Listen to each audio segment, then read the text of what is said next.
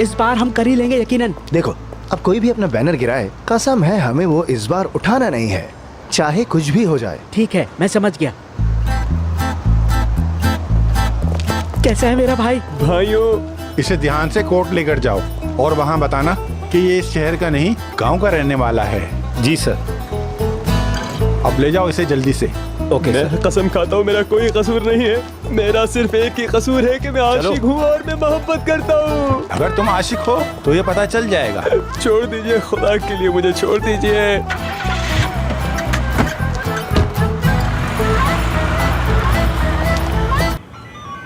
रजब मेरे भाई, बहुत मुबारक हो कि तुम बाहर आ गए। मुझे बहुत ही खुशी मेरे हुई। भाई, बहुत मुबारक हो मेरे भाई। तुम लोगों का बहुत शुक्रिया। मैं तो डर गया था। यकीन करो, हमने इतनी कोशिश की तुम्हें बाहर निकालने के लिए, और अब देखो तुम बेगुनाह साबित हो गए हो और बाहर आ गए हो, और अब तुम गाँव जाओगे। अरे नाजली कहाँ है?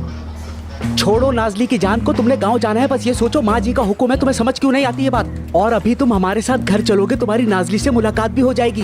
वाकई में? हाँ यार, सब इंतजार कर रहे हैं तुम्हारा, तुम चलो अब। ये हुई ना भाई हमारी आज मेरी बात। जान चले, तुम गाना भी गाना, ठीक है? बिल्कुल।